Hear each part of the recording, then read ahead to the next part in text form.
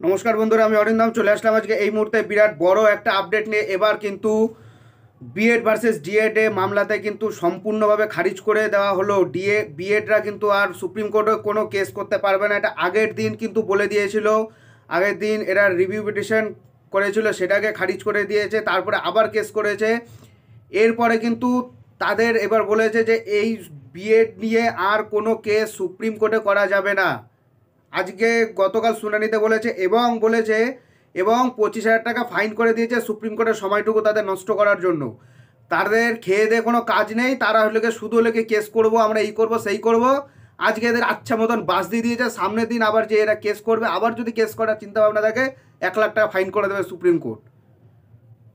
So ভিডিওটা কিন্তু আজকে খুব গুরুত্বপূর্ণ হতে চলেছে। বিএডরা এমন একটা বস্তু বলা হয় এদের সুপ্রিম কোর্ট এদের বার করে দিয়েছে। এরা ডিএলইডিতে বলে শিশু বিজ্ঞানী বলছে। তাহলে এরা যদি শিশু বিজ্ঞানী হয়ে থাকে, একজন শিশু বিজ্ঞানী হতে গেলে না মাথায় ব্রেন দরকার, একজন শিশুর মতন হতে হয়, তাহলে শিশু বিজ্ঞানী হয়ে যায়। পৃথিবীতে সবথেকে কঠিন কাজ একটা শিশুকে বোঝার।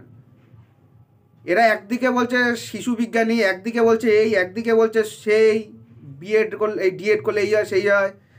আরে ভাই, ওদের জন্য আপার প্রাইমারি আছে, নবম দশম আছে, প্লাস এসএলএসটি 11-12 সব রাস্তা ওপেন করা আছে। তাহলে কেন এরা বারবার শুধু প্রাইমারি নিয়ে পড়ে আছে? আমাদের প্রাইমারিতে কেন দিচ্ছে না? সুপ্রিম কোর্ট বিরাট বড় একটা পদক্ষেপ নিয়ে নিল, 25,000 টাকা তাদের ফাইন করে দিল। সো ভিডিওটা চলুন আজকে শুরু করি, বিস্তারিত জেনে নেব যে গতকাল কি কি হয়েছে।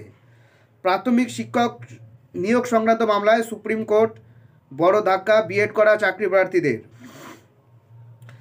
ফের দেশের সর্বোচ্চ আদালত সুপ্রিম কোর্টে ধাক্কা খেলেন বিএড করা চাকরি প্রার্থীরা। বিএড করা চাকরি প্রার্থীদের একটি মামলা খারিজ করে দিল সুপ্রিম কোর্ট।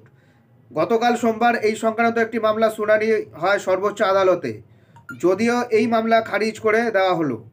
প্রাথমিক শিক্ষক নিয়োগ বিএড করা চাকরি প্রার্থীদের সুযোগ দেওয়া সংক্রান্ত বিএড ছাত্র ইউনিয়নের দায়ের করা পিটিশনের গতকালকে সুপ্রিম কোর্টে শুনানি হয়, যাতে গোপন সত্য করে পিটিশন দায়ের করার অভিযোগ তোলেন অন্য পক্ষের আইনজীবী।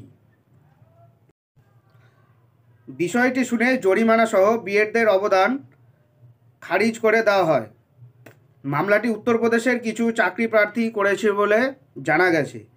সোমবার সুপ্রিম কোর্টে বিএড ভার্সেস ডিএলএড মামলাতে বিএড ছাত্র ইউনিয়নের দায়ের করা মামলার শুনানি ছিল সুপ্রিম কোর্টে। এই মামলা খারিজ হয়ে যায় এবং 25,000 টাকা ফাইন করেছে সুপ্রিম কোর্ট। ফলে প্রাথমিক শিক্ষক নিয়োগ সংক্রান্ত মামলায় ফের ধাক্কা খেল বিএড করা চাকরি প্রার্থীরা। এরপরে আরও ধাক্কা খাবে। সবে ধাক্কা খাওয়া এরা পরপর এই নিয়ে 3টে ধাক্কা খেলো।